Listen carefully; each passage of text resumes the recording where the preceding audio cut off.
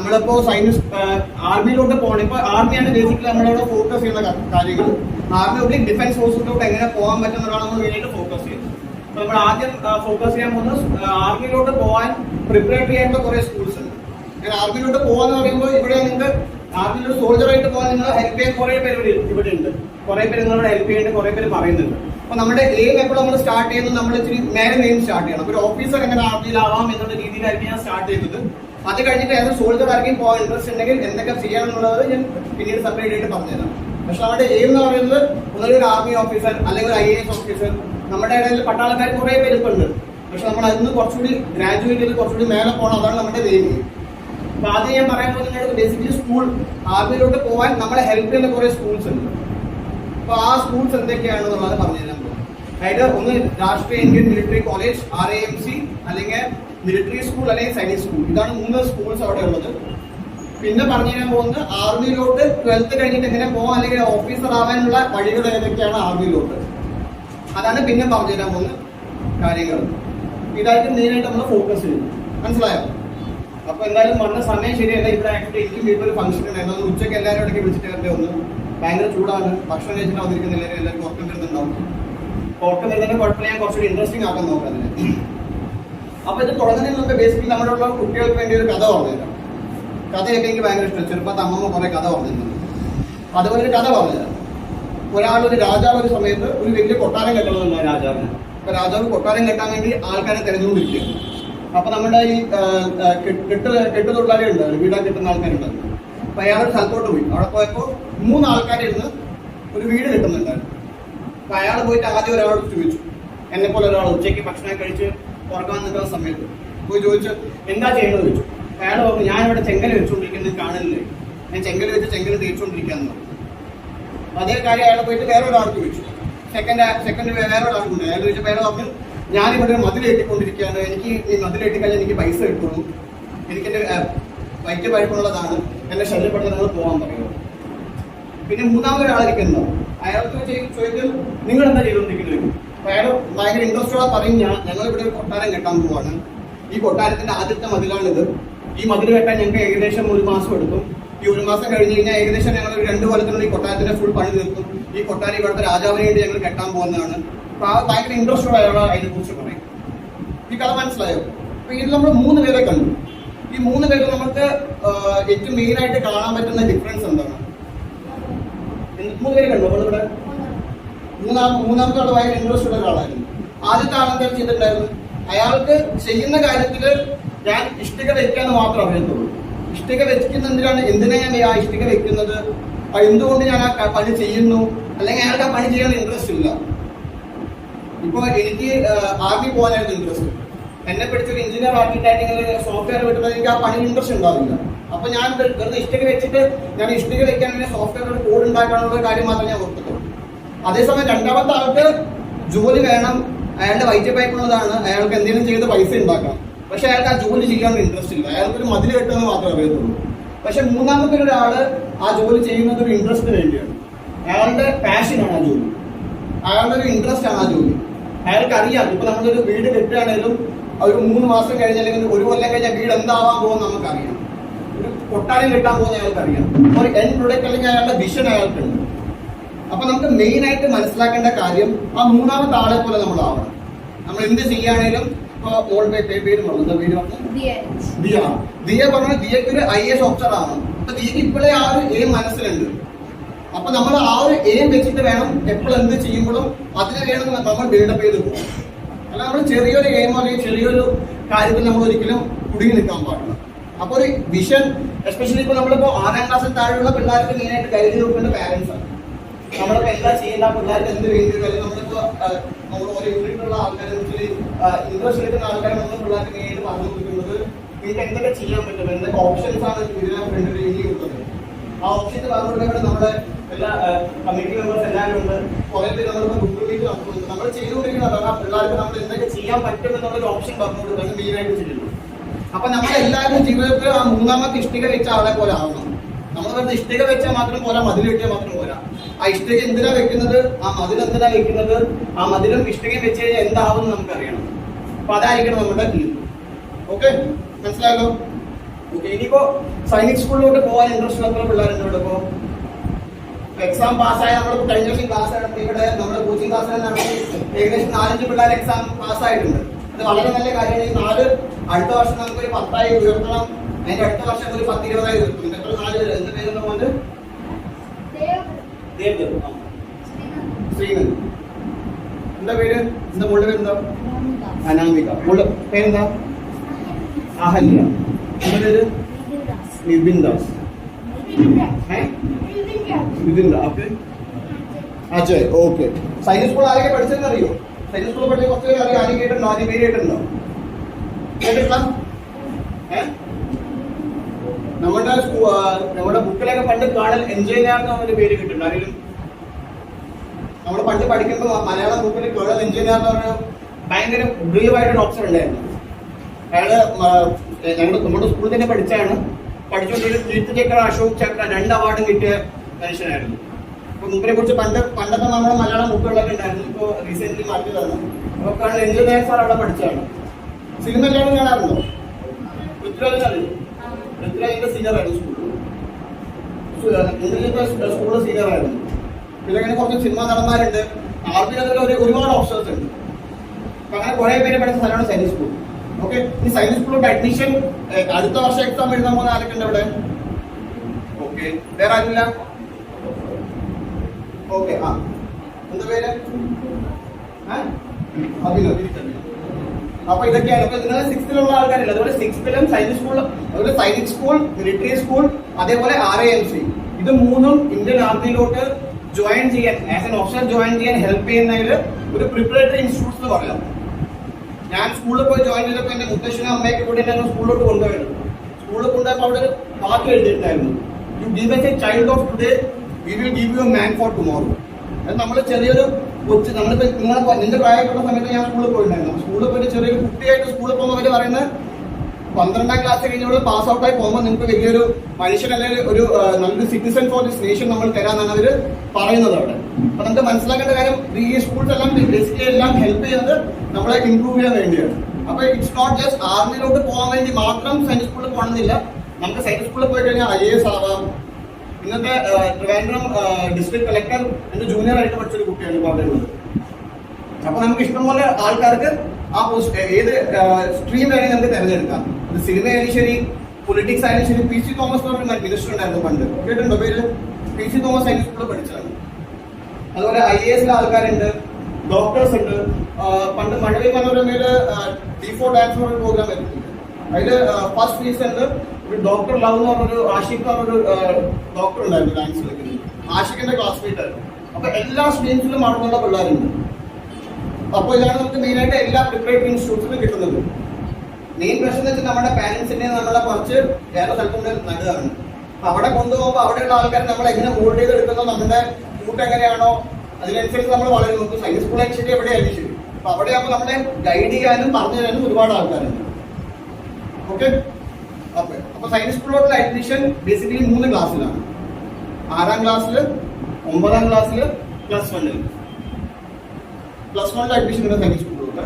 അത് +1 admission basically 10ാം ക്ലാസ്സിൽ എങ്ങാനും അവിടെ ഒരു 10th ഒരു പെർട്ടിക്കുലർ പാസ് പെർസെന്റേജ് ഉണ്ട്. നമ്മൾ 60% കൂടുതൽ വാങ്ങിച്ചില്ലെങ്കിൽ 10th നമ്മൾ തിരിച്ച് വീട്ടിലോട്ട് പറഞ്ഞു. അപ്പൊ എങ്ങാനും ഏതെങ്കിലും വർഷം 10th അവരുടെ പാസ് പെർസെന്റേജ് വളരെ കുറയുകയാണെങ്കിൽ അവർ 11th അഡ്മിഷൻ എടുക്കാറുണ്ട്. അതുപോലെ 9th അഡ്മിഷൻ ഉണ്ട്. 9th അഡ്മിഷൻ നമ്മൾ 8ാം ക്ലാസ്സിൽ പഠിക്കുമ്പോൾ എക്സാം എഴുതണം.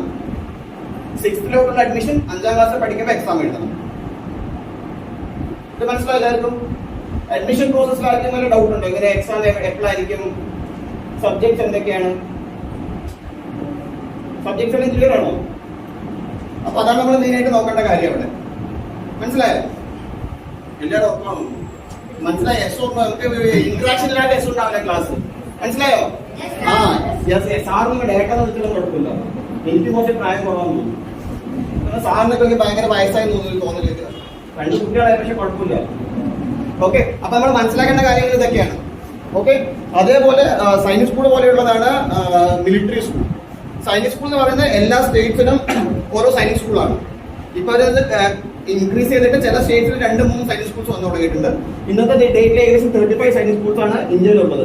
അതിൽ നമുക്ക് ഏറ്റവും ഹെൽപ്ഫുൾ ആയിട്ടുള്ള സൈനിക് സ്കൂൾസ് സൈനിക് സ്കൂൾ കഴക്കൂട്ടൻ ട്രിവാൻഡ്രത്തുള്ളതും സൈനിക് സ്കൂൾ അമരാവതി നഗർ തമിഴ്നാടുള്ളതാണ്. അപ്പൊ ഈ 2 സ്കൂൾസ് നമുക്ക് അഡ്മിഷൻ കിട്ടാനേ കുഴപ്പമില്ല, പോയി വരാൻ എളുപ്പമായിരിക്കും. 2 സ്കൂൾസും നല്ല സ്കൂൾസ് ആണ്. ഓക്കെ, അതേപോലെ മിലിറ്ററി സ്കൂൾ. അപ്പൊ ഇവിടെ എക്സ് സർവീസ് അച്ഛൻ ആർമിയിലുള്ള എത്ര പിള്ളേരുണ്ട്? എക്സ് സർവീസ് മാൻസിന് ആർമി സൈനിക് സ്കൂളിൽ പോവുകയാണെങ്കിൽ അവിടെ സ്പെഷ്യൽ വേക്കൻസി ഉണ്ട്, കോട്ടയുണ്ട് അവിടെ. ഒരു 5% കോട്ടയുണ്ട്. അപ്പൊ എല്ലാ വർഷവും ഏകദേശം 2-3 സീറ്റ് 9ാം ക്ലാസ്സിലോട്ടും ഏകദേശം 10 സീറ്റ് 6ാം ക്ലാസ്സിലോട്ടും നമ്മുടെ റിസർവ് ആണ് സർവീസിലുള്ള ആൾക്കാരുടെ മക്കൾക്ക് അല്ലെങ്കിൽ റിട്ടയർഡ് ആയ ആൾക്കാരുടെ മക്കൾക്ക്. ഇത് മനസ്സിലായില്ല എല്ലാവർക്കും? അതേപോലെ മിലിറ്ററി സ്കൂളും സെയിം 6ാം ക്ലാസ് 9ാം ക്ലാസ്സിലുള്ള സിസ്റ്റം ആണ്. ഇതുള്ളത് ഇന്ത്യയിലെ ആകെ 5 ലൊക്കേഷൻസിലാണ് ഉള്ളത്. നമുക്ക് ഏറ്റവും അടുത്തുള്ളത് ബാംഗ്ലൂരിലുള്ളതും ബെൽഗാവിലുള്ള 2 മിലിറ്ററി സ്കൂൾസാണ് നമുക്ക് അടുത്തുള്ളത്. അതേപോലെ രാഷ്ട്രീയ ഇന്ത്യൻ മിലിറ്ററി കോളേജ് എന്ന് പറയുന്നത് RIMC ഡെറാഡൂണിലുള്ളൊരു ഇൻസ്റ്റിറ്റ്യൂട്ട് ആണ്. അവിടെ ഒരു സ്റ്റേറ്റിൽ നിന്ന് എല്ലാ വർഷവും ഒരു സീറ്റേ ഉള്ളൂ. One of the most difficult written exam എന്ന് വേണമെങ്കിൽ പറയാം സ്കൂൾ കാലഘട്ടത്തിലുള്ളതിൽ. മുഴുവൻ ഇന്ത്യയിലും ആ കൂടെ ഏകദേശം 25 to 30 സീറ്റാണ് ഒരു വർഷം. വലിയ സ്റ്റേറ്റ് UP, രാജസ്ഥാൻ പോലുള്ള സ്റ്റേറ്റ്സിന് 2 വേക്കൻസി വരാറുണ്ട്. ബാക്കിയുള്ള സ്റ്റേറ്റ്സിന് നോർമലി ഒരു വേക്കൻസിയാണ്. One of the most premium schools ആണ് RIMC എന്ന് പറയുന്നത്. നമുക്ക് അടുത്ത പ്രാവശ്യം ഇതുപോലെ നമ്മുടെ ഇടയിൽ നമ്മളെ പഠിക്കുന്ന പിള്ളേർക്ക് RIMC എന്നുള്ള എയിം വെച്ച് പഠിക്കുകയാണെങ്കിൽ സൈനിക് സ്കൂൾ എന്തായാലും കിട്ടും. അപ്പൊ RIMC എന്നുള്ള എയിം അത് നമ്മൾ കുറച്ചുകൂടി പിള്ളേർക്ക് കുറച്ചുകൂടി മോട്ടിവേറ്റ് ചെയ്ത് കൊടുക്കാം. വീട്ടിലൊക്കെ പഠിക്കുന്ന പിള്ളേർക്ക് RIMCയിലോട്ട് കുറച്ചുകൂടി മോട്ടിവേറ്റ് ചെയ്യണമെങ്കിൽ കുറച്ചുകൂടി നല്ല കാര്യം. കാരണം RIMCയിലോ കുറെ കാര്യം നമ്മൾ ആരും ട്രൈ ചെയ്തിട്ടില്ല. അപ്പൊ നമുക്ക് അതുകൊണ്ട് കുറച്ച് നോക്കാം. ഞാൻ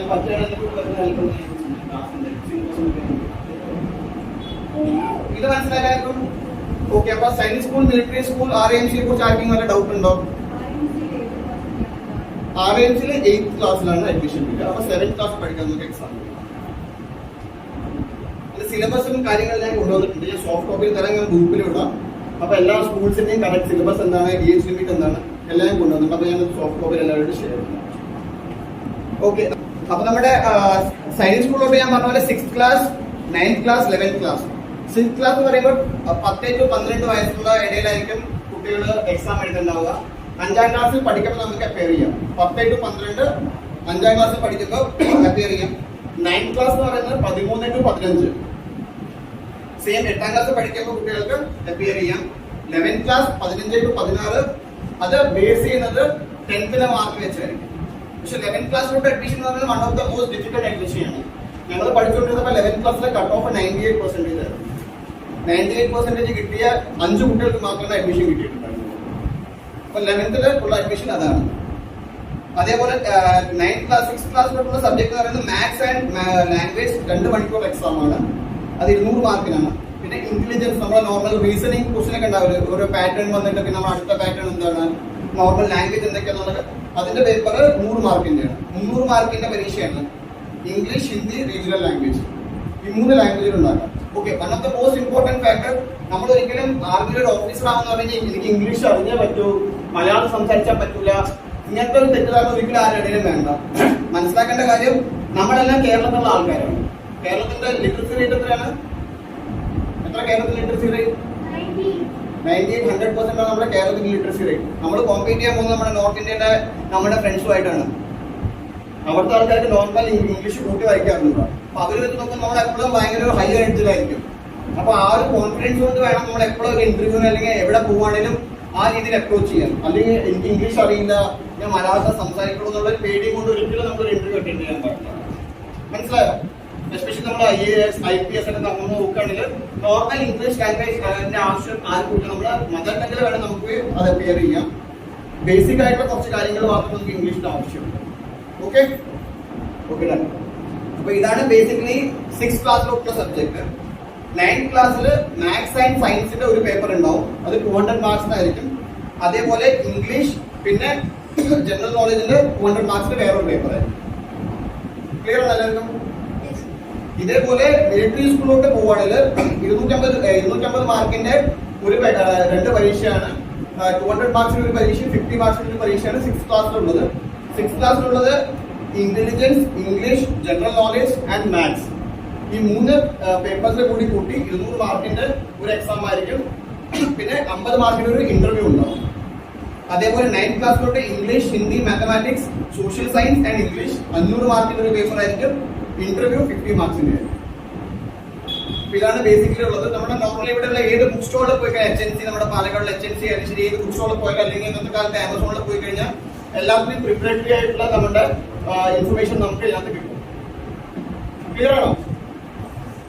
ഓക്കെ. അപ്പൊ അതേപോലെ RIMC പറയണേ, RIMCയിൽ 7th ക്ലാസ്സിൽ പഠിച്ചുകൊണ്ടിരിക്കുമ്പോഴാണ് നമ്മുടെ എക്സാം എഴുതുന്നത്. ബേസിക്കലി ഇതിന്റെ നോട്ടിഫിക്കേഷൻ വരുന്നത് മന്ത് ഓഫ് ഫെബ്രുവരി ആയിരിക്കും. മാർച്ച് ആകുമ്പോഴേക്കും ലാസ്റ്റ് ഡേറ്റ് ആയിരിക്കും. പിന്നെ അടുത്ത് വരുന്നത് ജൂലൈയിലും സെപ്റ്റംബറിലും ആയിരിക്കും. ജൂലൈയിൽ നോട്ടിഫിക്കേഷൻ വരും RIMCയിൽ ഒന്നുകൂടി 7th ക്ലാസ് പഠിക്കുന്ന പിള്ളേർക്ക്. ഇതിനകത്ത് ബേസിക്കലി 3 പേപ്പേഴ്സ് ആണ്.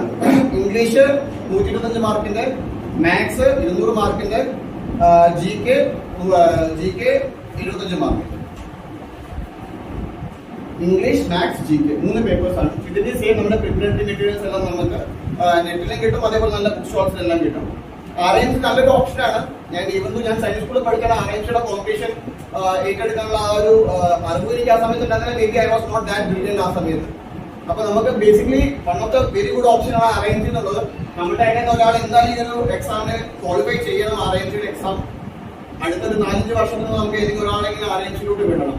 എന്നാൽ മാത്രം പിന്നീടുള്ള പിള്ളേർക്ക് ആ ഒരു ഇൻട്രസ്റ്റ് അല്ലെങ്കിൽ ആ ഒരു ഇൻഫർമേഷൻ കുറെ കൂടി കിട്ടാൻ ചാൻസ് ഉണ്ട്. ഓക്കെ, സ്കൂളുകളെ കുറിച്ച് പറഞ്ഞ കാര്യത്തിൽ ഡൗട്ട് ഉണ്ടോ? RIMC ഇന്ത്യയിലെ RIMC ഉള്ളൂ, ദേഹത്തുനിന്നാണ്. ബാക്കി സൈനിക് സ്കൂൾ എല്ലാ സ്റ്റേറ്റിലും ഓരോ സൈനിക് സ്കൂൾ, ചില സ്റ്റേറ്റ്സുകളിൽ 2 സൈനിക് സ്കൂളിൽ അടുത്തുണ്ട്. അതേപോലെ ഇന്ത്യൻ മിലിറ്ററി മിലിറ്ററി സ്കൂൾ എന്ന് പറയുന്നത് മുഴുവൻ ഇന്ത്യയിൽ 5 സൗത്ത് ഇന്ത്യയിലുള്ള 2 മിലിറ്ററി സ്കൂൾ എന്ന് പറയുന്നത് ഒന്ന് ബാംഗ്ലൂരിലും ഒന്ന് ബെൽഗാം, 2 കർണാടകയിലാണ്. ഓക്കെ, ഇതാണ് മെയിൻ ആയിട്ട് സ്കൂളുകളെ കുറിച്ചുള്ളത്. ഇതിനെ കുറിച്ച് അങ്ങനെ വലിയ ഡൗട്ട് ഉണ്ടോ?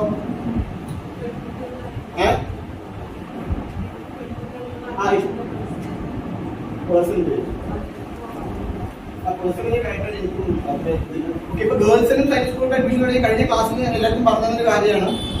നമ്മുടെ ഇടയിൽ ആരെങ്കിലും എക്സാം പാസ്സാണ്, ഗേൾസ് പാസ്സായ എക്സാം പാസ് എഴുതണം, മോള് പാസ്സായ എക്സാം അല്ലേ? ഓക്കെ. ഇപ്പൊ ഗേൾസിന് അവിടെ സ്പെഷ്യൽ ആയിട്ടുള്ള അഡ്മിഷൻ എല്ലാം തുടങ്ങിയിട്ടുണ്ട്. അവിടെയുള്ള ഫെസിലിറ്റീസ് എല്ലാം അതേപോലെ എത്ര പെർസെന്റേജ് ഗേൾസിനുള്ള കാര്യം എനിക്ക് കറക്റ്റ് ആയിട്ട് അറിയില്ല. ഞാൻ ചോദിച്ചിട്ട് നമ്മൾ പറഞ്ഞുതരാം ഈ കറക്റ്റ് ആയിട്ടുള്ള. സോറി, കേരളത്തിൽ ഈ വർഷം 9th പാസ്സായ പിള്ളേർക്ക് അഡ്മിഷൻ ഇല്ല. കാരണം ഈ വർഷം കേരളത്തില് 9th അഡ്മിഷൻ അതർ സ്റ്റേറ്റ്സിന് മാത്രമേ ഉള്ളൂ. അതുകൊണ്ട് 9th ഈ വർഷം അഡ്മിഷൻ ഇല്ല എന്നുള്ള കാര്യം ഞാൻ സംസാരിച്ചിട്ടുണ്ട്. 9th നമ്മുടെ ഒരു കുട്ടി പാസ്സായിട്ട് കോളേജില്, അപ്പൊ 9th അഡ്മിഷൻ ഇല്ല എന്നാണ് ഇപ്രാവശ്യം പറഞ്ഞിട്ടുള്ളത്. ക്ലിയർ ആണത് എല്ലാവർക്കും? നമുക്ക് നെക്സ്റ്റ് സെഗ്മെന്റിലോട്ട് പോവാം.